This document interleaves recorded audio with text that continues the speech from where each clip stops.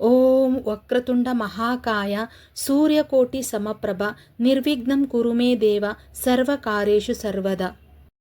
ಸರ್ವ ಕೆಲಸ ಕಾರ್ಯಗಳಿಗೂ ಯಶಸ್ಸನ್ನು ತಂದುಕೊಡುವ ದೇವರು ಗಣೇಶ. ಗಣೇಶನನ್ನ ಪ್ರಥಮ ಪೂಜ್ಯನೆಂದು ಕರೆಯಲಾಗುತ್ತೆ. ಗಣೇಶನನ್ನ ನಾವು ಪೂಜಿಸುವುದರಿಂದ ನಮಗೆ ಸಂತೋಷ, ಶಾಂತಿ, ಜ್ಞಾನ, ಬುದ್ಧಿವಂತಿಕೆ ದೊರೆಯುತ್ತದೆ. ಹಾಗೆಯೇ ನಾವು ಮಾಡುವ ಯಾವುದೇ ಕಾರ್ಯಗಳಿಗೆ ಅಡೆತಡೆಗಳು ಬರದಂತೆ ಅಡೆತಡೆಗಳನ್ನು ನಿವಾರಣೆ ಮಾಡುವಂಥವನು ಗಣೇಶ. ಬುದ್ಧಿವಂತಿಕೆಗೆ ಹೆಸರಾದಂತಹ ಗಣೇಶನನ್ನ ಬುಧವಾರ ಪೂಜಿಸುವುದರಿಂದ ಬುಧ ಗ್ರಹದ ದುಷ್ಪರಿಣಾಮಗಳನ್ನು ನಾವು ನಿಯಂತ್ರಿಸಬಹುದು. ಕೆಲವೊಂದು ಕಡೆ ಮಂಗಳವಾರ ಕೂಡ ಪೂಜಿಸಲಾಗುತ್ತೆ. ಗಣೇಶನನ್ನ ಬುಧವಾರ ನಾವು ಪೂಜಿಸುವುದರಿಂದ ಕೇತುವಿನಿಂದ ಬರುವಂತಹ ದೋಷಗಳಿಂದ ನಾವು ದೂರವಾಗಬಹುದು. ಗಣೇಶನು ಇಷ್ಟಪಡುವ ಕೆಲವು ವಸ್ತುಗಳನ್ನು ನಾವು ಗಣೇಶನಿಗೆ ಇಟ್ಟು ಪೂಜಿಸುವುದರಿಂದ ಗಣೇಶನನ್ನು ಸುಲಭವಾಗಿ ನಾವು ಹೋಲಿಸಿಕೊಳ್ಳಬಹುದು. ಅದು ಯಾವ್ಯಾವು ಅಂತ ನೋಡೋಣ ಬನ್ನಿ. ಮೊದಲನೆಯದಾಗಿ ಗರಿಕೆ. ಗಣೇಶನನ್ನ ಗರಿಕೆ ಪ್ರಿಯ ಅಂತ ಕರೀತಾರೆ. 21 ಗರಿಕೆ ಹುಲ್ಲನ್ನು ಅರ್ಪಿಸುವುದರಿಂದ ನಮಗೆ ಯಾವುದೇ ಆರ್ಥಿಕ ಸಮಸ್ಯೆಯಿಂದ ನಾವು ಬಳಲುತ್ತಿದ್ದರೆ, ಹಣದ ಸಂಬಂಧಪಟ್ಟ ಯಾವುದೇ ಸಮಸ್ಯೆಗಳಿದ್ದರೂ ಕೂಡ ಅದು ನಿವಾರಣೆಯಾಗುತ್ತೆ. ಗಣೇಶನ ಪೂಜೆಯಲ್ಲಿ ಗರಿಕೆ ಹುಲ್ಲನ್ನು ಶುಭವೆಂದು ನಂಬಲಾಗುತ್ತೆ. ಹಾಗಾಗಿ 21 ಗರಿಕೆ ಹುಲ್ಲನ್ನು ಕೆಂಪು ದಾರದಿಂದ ಕಟ್ಟಿ ಗಣೇಶನಿಗೆ ಪೂಜಿಸಿದರೆ ವ್ಯವಹಾರದಲ್ಲಿನ ಅಡೆತಡೆಗಳು ದೂರವಾಗುತ್ತದೆ. ಹಾಗೆ ನಮಗೆ ಲಾಭವು ಮರಳಿ ಬರುತ್ತದೆ ಎಂದು ನಂಬಲಾಗುತ್ತೆ. ಗರಿಕೆ ಹುಲ್ಲು ಬರೀ ಪೂಜೆಯಲ್ಲಿ ಮಾತ್ರವಲ್ಲ, ಆರೋಗ್ಯಕ್ಕೂ ಕೂಡ ಇದು ತುಂಬಾನೇ ಸಹಕಾರಿ ಮಾಡುತ್ತದೆ. ನಮಗೇನಾದರೂ ಹೊಟ್ಟೆ ನೋವು ಬಂದರೆ, ಅಜೀರ್ಣ ಸಮಸ್ಯೆ ಇದ್ದರೆ, ದೇಹ ತಂಪಾಗಲು ಗರಿಕೆ ರಸವನ್ನು ನಾವು ಕುಡಿದರೆ ಎಲ್ಲ ತೊಂದರೆಗಳಿಂದ ನಾವು ದೂರವಾಗಬಹುದು. ಗರಿಕೆ ಪ್ರಿಯ ಗಣೇಶನಿಗೆ 21 ಗರಿಕೆಗಳನ್ನು ನಾವು ಅರ್ಪಿಸುವುದರಿಂದ ಸುಲಭವಾಗಿ ಗಣೇಶನ ಆಶೀರ್ವಾದವನ್ನು ನಾವು ಪಡೆಯಬಹುದು. ನಮ್ಮೆಲ್ಲ ಬಯಕೆಗಳನ್ನು ಸುಲಭವಾಗಿ ಗಣೇಶನು ಈಡೇರಿಸುತ್ತಾನೆ. ಇನ್ನು ಎರಡನೆಯದಾಗಿ ಗಣೇಶನಿಗೆ ಇಷ್ಟಪಡುವಂತಹ ಕೆಂಪು ದಾಸವಾಳ. ಕೆಂಪು ದಾಸವಾಳ ಗಣೇಶನಿಗೆ ಪ್ರಿಯವಾದ ಹೂವು. ಹೂವುಗಳು ದೈವತ್ವವನ್ನು ಬಹುಬೇಗನೆ ಆಕರ್ಷಿಸುತ್ತವೆ. ಹಾಗಾಗಿ ಹೂವುಗಳನ್ನು ದೇವರಿಗೆ ಹಾರವಾಗಿ ಅಥವಾ ಹೂಮಾಲೆಯಾಗಿ ನಾವು ದೇವರಿಗೆ ಅರ್ಪಿಸಿ ನಾವು ಪೂಜಿಸುತ್ತೇವೆ. ಗಣೇಶನಿಗೆ ಕೆಂಪು ಹೂವು ತುಂಬಾನೇ ಇಷ್ಟ. ಅದರಲ್ಲೂ ದಾಸವಾಳ ಬಹುಪ್ರಿಯವಾದ ಹೂವಾಗಿರ್ತದೆ. ಈ ಹೂವನ್ನು ಶುಭ ಎಂದು ನಂಬಲಾಗುತ್ತದೆ. ಹಾಗಾಗಿ ಗಣೇಶನಿಗೆ ದಾಸವಾಳ ಹೂವನ್ನು ಅರ್ಪಿಸಿ ನಾವು ಪೂಜೆಯನ್ನು ಮಾಡಿದರೆ ನಮ್ಮ ಇಷ್ಟಾರ್ಥಗಳೆಲ್ಲವೂ ಬಹುಬೇಗ ನೆರವೇರುತ್ತವೆ.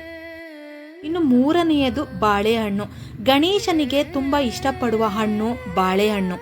ಬಾಳೆಹಣ್ಣು ಬಹು ಸುಲಭವಾಗಿ ಸಿಗುವಂತಹ ಹಣ್ಣಾಗಿರ್ತದೆ.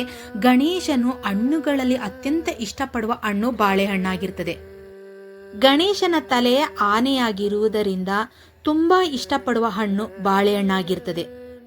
ಆದ್ದರಿಂದ ಎಲ್ಲ ಹಣ್ಣುಗಳಿಗಿಂತನೂ ಬಾಳೆಹಣ್ಣನ್ನು ಇಟ್ಟು ನಾವು ಗಣೇಶನನ್ನ ಪೂಜಿಸುವುದರಿಂದ ನಾವು ಗಣೇಶನನ್ನ ಬಹುಬೇಗ ಒಲಿಸಿಕೊಳ್ಳಬಹುದು. ನಾಲ್ಕನೆಯದಾಗಿ ತೆಂಗಿನಕಾಯಿ. ನಾವು ಪ್ರತಿಯೊಂದು ಪೂಜೆಗಳಲ್ಲಿ ಪ್ರತಿಯೊಂದು ದೇವರಿಗೂ ತೆಂಗಿನಕಾಯಿಯನ್ನು ಇಟ್ಟು ನಾವು ಪೂಜಿಸುತ್ತೇವೆ.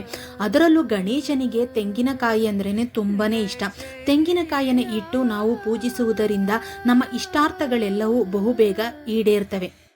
ತೆಂಗಿನಕಾಯಿಯನ್ನು ಶುಭ ಎಂದು ನಂಬಲಾಗುತ್ತೆ. ಹಾಗಾಗಿ ಪ್ರತಿಯೊಂದು ದೇವರ ಪೂಜೆಗೆ ತೆಂಗಿನಕಾಯಿಯನ್ನು ನಾವು ಬಳಸುತ್ತೇವೆ. ಇದನ್ನು ಶ್ರೀಫಲ ಅಂತಲೂ ಕೂಡ ಕರೀತಾರೆ. ಇನ್ನು ಐದನೆಯದಾಗಿ ಶಂಖ. ಗಣೇಶನು ಇಷ್ಟಪಡುವ ವಸ್ತುಗಳಲ್ಲಿ ಶಂಖ ಕೂಡ ಒಂದು.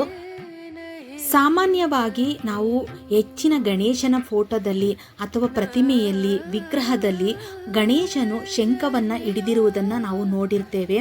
ನಮ್ಮ ಹಿಂದೂ ಸಂಸ್ಕೃತಿಯಲ್ಲಿ ಶಂಖಕ್ಕೆ ಅದರದೇ ಆದ ಒಂದು ಪ್ರಮುಖವಾದ ಸ್ಥಾನವಿದೆ.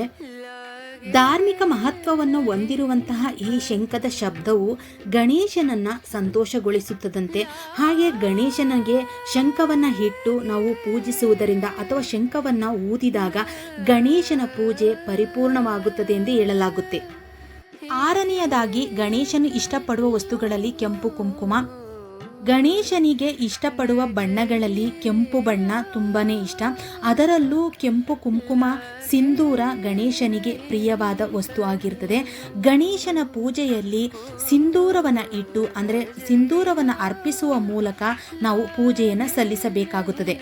ವಿಶೇಷವಾಗಿ ಗಣೇಶ ಚತುರ್ಥಿಯ ಸಮಯದಲ್ಲಿ ಗಣೇಶನನ್ನ ಕೆಂಪು ಸಿಂಧೂರದಿಂದ ಅಲಂಕರಿಸಿ ಪೂಜಿಸಿದರೆ ನಮ್ಮ ಇಷ್ಟಾರ್ಥಗಳೆಲ್ಲವೂ ನೆರವೇರುತ್ತದೆ. ಏಳನೆಯದಾಗಿ ಕಡಲೆಕಾಳು. ಗಣೇಶನು ಇಷ್ಟಪಡುವ ವಸ್ತುಗಳಲ್ಲಿ ಕಡಲೆಕಾಳು ಅಂದರೆ ತುಂಬಾ ಇಷ್ಟ. ಕಡಲೆಕಾಳನ್ನು ಸಮೃದ್ಧಿಯ ಸಂಕೇತ ಎಂದು ನಂಬಲಾಗುತ್ತೆ. ಹಾಗಾಗಿ ಕಡಲೆಕಾಳನ್ನು ನೆನೆಸಿ 21 ಕಡಲೆಕಾಳನ್ನು ಹಾರವಾಗಿ ನಾವು ಗಣೇಶನಿಗೆ ಅರ್ಪಿಸಬಹುದು, ಅಥವಾ 108 ಕಡಲೆಕಾಳನ್ನು ಬಳಸಿ ಹಾರವನ್ನು ಮಾಡಿ ನಾವು ಗಣೇಶನಿಗೆ ಹಾರವಾಗಿ ಇಟ್ಟು ನಾವು ಪೂಜಿಸಬಹುದು. ಇನ್ನು 8ನೆಯದು ಮೋದಕ ಪ್ರಿಯ ಗಣೇಶ ಅಂತಲೇ ನಾವು ಕರೆಯಲಾಗುತ್ತೆ. ಮೋದಕ ಅಂದ್ರೇ ಗಣೇಶನಿಗೆ ಪಂಚಪ್ರಾಣ. ಗಣೇಶನಿಗೆ ಸಿಹಿ ತಿಂಡಿಗಳೆಂದರೆ ಅಚ್ಚುಮೆಚ್ಚು. ಅದರಲ್ಲೂ ಮೋದಕವನ್ನು ನಾವು ನೈವೇದ್ಯವಾಗಿ ಇಟ್ಟು ಪೂಜಿಸುವುದರಿಂದ ಗಣೇಶನು ನಮ್ಮ ಇಷ್ಟಾರ್ಥಗಳೆಲ್ಲನೂ ನೆರವೇರಿಸುತ್ತಾನೆ ಎಂದು ನಂಬಲಾಗುತ್ತೆ. 9ನೆಯದು ಬಿಳಿ ಎಕ್ಕದ ಹೂವು. ಬಿಳಿ ಎಕ್ಕದ ಹೂವು ಗಣೇಶನಿಗೆ ಪ್ರಿಯವಾದ ಹೂವು ಆಗಿರ್ತದೆ. ಎಕ್ಕದ ಗಿಡದಲ್ಲಿ ಸಾಕ್ಷಾತ್ ಗಣೇಶನೇ ನೆಲೆಸಿರ್ತಾನೆ ಅಂತ ನಂಬಲಾಗುತ್ತೆ. 21 ಬಿಳಿ ಎಕ್ಕದ ಹೂವುಗಳನ್ನು ಬಳಸಿ ನಾವು ಹಾರವನ್ನು ಮಾಡಿ ನಾವು ಗಣೇಶನನ್ನು ಪೂಜಿಸುವುದರಿಂದ ಸಮಸ್ತ ರೋಗಗಳಿಂದ ದೂರವಾಗಿ ಆರೋಗ್ಯ ಲಭಿಸುತ್ತದೆ. 10ನೆಯದು ಬಿಲ್ವಪತ್ರೆ. ಗಣೇಶನು ಇಷ್ಟಪಡುವ ವಸ್ತುಗಳಲ್ಲಿ ಬಿಲ್ವಪತ್ರೆಯು ಕೂಡ ಒಂದು. ಬಿಲ್ವಪತ್ರೆಯ ಕಾಯಿ ಅಥವಾ ಬಿಲ್ವಪತ್ರೆ ಹಣ್ಣುಗಳನ್ನು ಕೂಡ ತಂದು ನಾವು ಗಣೇಶನನ್ನು ಪೂಜಿಸಬಹುದು. ಶಿವನಿಗೆ ಪ್ರಿಯವಾದುದು ಬಿಲ್ವಪತ್ರೆ. ಹಾಗೆ ಗಣೇಶನಿಗೂ ಕೂಡ ನಾವು ಬಿಲ್ವಪತ್ರೆಯನ್ನು ಅರ್ಪಿಸುವುದರಿಂದ ಗಣೇಶನು ನಮ್ಮ ಇಷ್ಟಾರ್ಥಗಳೆಲ್ಲನೂ ಬೇಗ ಸಿದ್ಧಿಸುವಂತೆ ಮಾಡ್ತಾನೆ. 11ನೆಯದಾಗಿ ವಿಳ್ಳೆದೆಲೆ. ವಿಳ್ಳೆದೆಲೆ ಅಡಿಕೆಯನ್ನು ಶುಭದ ಸಂಕೇತವಾಗಿ ನಂಬಲಾಗುತ್ತೆ. ಹಾಗಾಗಿ ಗಣೇಶನ ಪೂಜೆಯಲ್ಲಿ ವಿಳ್ಳೆದೆಲೆ ಅಡಿಕೆಯನ್ನು ಇಟ್ಟು ನಾವು ಪೂಜಿಸುವುದರಿಂದ ಅದು ಗಣೇಶನಿಗೆ ಸಂತೃಪ್ತಿಯಾಗಿ ಪೂಜೆಯೇ ಸಂಪೂರ್ಣವಾಗುತ್ತದೆ. ಇನ್ನು ಕೊನೆಯದಾಗಿ ಹಾಗೆ 12ನೆಯದು ಬೆಲ್ಲ ಮತ್ತು ತುಪ್ಪ. ಗಣೇಶನು ಇಷ್ಟಪಡುವ ವಸ್ತುಗಳಲ್ಲಿ ಬೆಲ್ಲ ಮತ್ತು ತುಪ್ಪ ಕೂಡ ಒಂದಾಗಿರ್ತದೆ. ಹಸುವಿನ ತುಪ್ಪದಿಂದ ಮಾಡಿರುವಂತಹ ಹಾಗೆ ಬೆಲ್ಲವನ್ನು ಉಪಯೋಗಿಸಿ ಮಾಡಿರುವಂತಹ ಸಿಹಿ ತಿಂಡಿಗಳನ್ನು ನಾವು ನೈವೇದ್ಯವಾಗಿ ಗಣೇಶನಿಗೆ ಇಟ್ಟು ಪೂಜಿಸುವುದರಿಂದ ಗಣೇಶ ಸಂತೃಪ್ತನಾಗ್ತಾನೆ. ಗಣೇಶನಿಗೆ ಬೆಲ್ಲದ ಅಚ್ಚನ್ನು ಇಟ್ಟು ಕೂಡ ನಾವು ಪೂಜಿಸಬಹುದು, ಅಥವಾ ಬೆಲ್ಲದಿಂದ ಮಾಡಿರುವಂತಹ ಸಿಹಿ ತಿಂಡಿಗಳನ್ನು ಕೂಡ ನೈವೇದ್ಯವಾಗಿ ಇಟ್ಟು ನಾವು ಪೂಜಿಸಬಹುದು. ಗಣೇಶನಿಗೆ ಇಷ್ಟವಾದ ಸಿಹಿ ತಿಂಡಿಗಳನ್ನು ಬೆಲ್ಲ ಮತ್ತು ಹಸುವಿನ ತುಪ್ಪವನ್ನು ಬಳಸಿ ನೈವೇದ್ಯವಾಗಿ ಮಾಡಿ ಇಟ್ಟು ಕೂಡ ನಾವು ಪೂಜಿಸಬಹುದು, ಅಥವಾ ತುಪ್ಪದ ದೀಪವನ್ನು ಹಚ್ಚಿ ಗಣೇಶನಿಗೆ ನಾವು ಪೂಜಿಸಬಹುದು. ಗಣೇಶನಿಗೆ ಈ 12 ವಸ್ತುಗಳನ್ನು ಇಟ್ಟು ನಾವು ಪೂಜಿಸುವುದರಿಂದ ಗಣೇಶನನ್ನು ಸುಲಭವಾಗಿ ಸರಳ ರೀತಿಯಲ್ಲಿ ಗಣೇಶನನ್ನು ಹೋಲಿಸಿಕೊಳ್ಳಬಹುದು. ಹಾಗೆ ನಮ್ಮ ಇಷ್ಟಾರ್ಥಗಳೆಲ್ಲವನ್ನೂ ಕೂಡ ಗಣೇಶ ನೆರವೇರಿಸುತ್ತಾನೆ. ಈ ವಿಡಿಯೋ ಎಲ್ಲರಿಗೂ ಇಷ್ಟ ಆಯಿತು ಅಂತ ಅನ್ಕೋತೀನಿ. ಯಾರಿಗೆಲ್ಲ ಇಷ್ಟ ಆಯಿತು ದಯವಿಟ್ಟು ಲೈಕ್ ಕೊಡಿ. ಹಾಗೆ ಯಾರೆಲ್ಲ ಸಬ್ಸ್ಕ್ರೈಬ್ ಆಗದಲ್ಲಿ ವಿಡಿಯೋ ನೋಡ್ತಾ ಇದ್ದೀರಿ ದಯವಿಟ್ಟು ಸಬ್ಸ್ಕ್ರೈಬ್ ಮಾಡ್ಕೊಂಡು ವಿಡಿಯೋ ನೋಡಿ ಅಂತ ಹೇಳ್ತಾ ವಿಡಿಯೋನ ಮುಗಿಸ್ತಾ ಇದ್ದೀನಿ. ಇಂಥದೇ ಒಂದು ಮುಂದಿನ ವಿಡಿಯೋದೊಂದಿಗೆ ನಿಮ್ಮೊಂದಿಗೆ ಬರ್ತೀನಿ.